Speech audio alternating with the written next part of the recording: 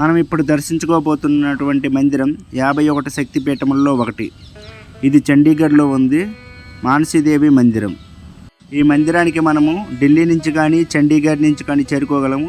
ఇది చండీగఢ్లోనే ఉంది. చాలా అద్భుతమైనటువంటి దివ్య క్షేత్రం ఇది. ఇది శక్తిపీఠంగా ఎందుకు భావించబడుతుందంటే ఇక్కడ అమ్మవారి యొక్క నుదుటి భాగం అంటే ఇక్కడ పడింది. అందుకు ఈ మందిరాన్ని శక్తిపీఠంగా భావిస్తున్నారు. ఈ మందిరం చిన్న కొండ మీద ఉంటుంది. 150 మెట్లు ఉంటాయి ఈ మందిరానికి చేరుకోవడానికి. ఇలా లైన్లో వెళ్ళినట్లయితే మనకి అమ్మవారి యొక్క దర్శనం జరుగుతుంది. అద్భుతంగా ఉంటుంది. అమ్మవారు ఇక్కడ చాలా దయతో ఉంటారంట. కోరిన కోరికలన్నీ కూడా ఇవ్వడానికి రెడీగా ఉంటారు. ఈ మందిరానికి ఇలా చేరుకున్న తర్వాత అమ్మవారి దర్శనం అయిపోయిన వెంటనే మనకి చిన్న శివ మందిరం కూడా ఉంటుంది. శివుని యొక్క దర్శనం కూడా మనం స్వీకరించవచ్చు. ఇలా శివుని మందిరంకి వెళ్ళిన తర్వాత శివ దర్శనం స్వీకరించిన తర్వాత మనకి వెనక భాగంలోనే పటియాలా మందిరం అనేటటువంటి ఒక మందిరం ఉంటుంది. అక్కడ కూడా అమ్మవారే అష్టభుజ రూపంలో మనకి దర్శనమిస్తారు.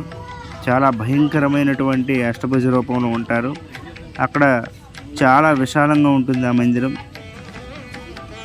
అమ్మవారి మందిరానికి వెళ్ళేటప్పుడు కింద మనం ప్రసాదము, వస్త్రము, అమ్మవారికి కావలసినటువంటి గాజులు ఇవన్నీ తీసుకువెళ్ళినట్లయితే ఒక ప్రసాద రూపంలో మనకి తిరిగి వేస్తారు. అమ్మవారికి వేసిన తర్వాత చాలా అద్భుతంగా ఉంటుంది. కాబట్టి మనం వెళ్ళేటప్పుడు ఇవన్నీ తీసుకువెళ్ళడం మంచిది. అంతేకాకుండా అమ్మవారి యొక్క దర్శనం అయిపోయిన తర్వాత పటియాలా మందిరం దర్శనం మనకు జరుగుతుంది. ఈ విధంగా వెళ్ళిన తర్వాత ఎంట్రన్స్ గేటు లభిస్తుంది. ఇక్కడే పటియాలా అమ్మవారు ఉన్నారు. అమ్మవారి దర్శనం స్వీకరించిన తర్వాత వెంటనే పక్కన మనకి అన్నదానం కూడా ఉంటుంది.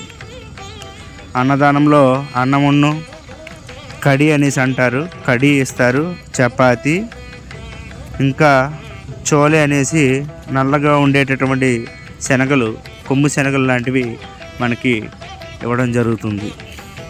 ఈ విధంగా అమ్మవారి దర్శనం చేసుకొని మన యొక్క జీవనాన్ని ఉద్ధరించుకోగలం. ఇక్కడ చూసుకున్నట్లయితే గురుద్వారాలాగే ఉంటుంటాయి ఇక్కడ మందిరాలన్నీ కూడాను. అయినప్పటికీ కూడాను చాలా ఆనందకరంగా ప్రశాంతంగా ఉంటాయి. ఈ మందిరం చూసుకున్నట్లయితే ఇంచుమించు 100 ఎకరాల్లో ఉంది. అంత పెద్ద మందిరం. దాని వెనకాతలే బాబా బాలక్నాథ్ అనేటటువంటి ఒక చిన్న మందిరం కూడా మనకి దర్శనమిస్తుంది. అక్కడ శివుడు, కార్తికేయ, మిగిలిన శివుని యొక్క కుటుంబం వల్ల అక్కడ ఉంటుంది. దాని వెనకాతలే ఆర్మీ క్యాంపు. చండీగఢ్కి దగ్గరలోనే మనకి కురుక్షేత్రం ఉంది. నెక్స్ట్ హిమాచల్ ప్రదేశ్లో 5 శక్తిపీఠాలు ఉన్నాయి. వాటన్నిటిని కూడా ఇక్కడి నుంచి మనం దర్శించుకోగలం. జై శ్రీరామ్.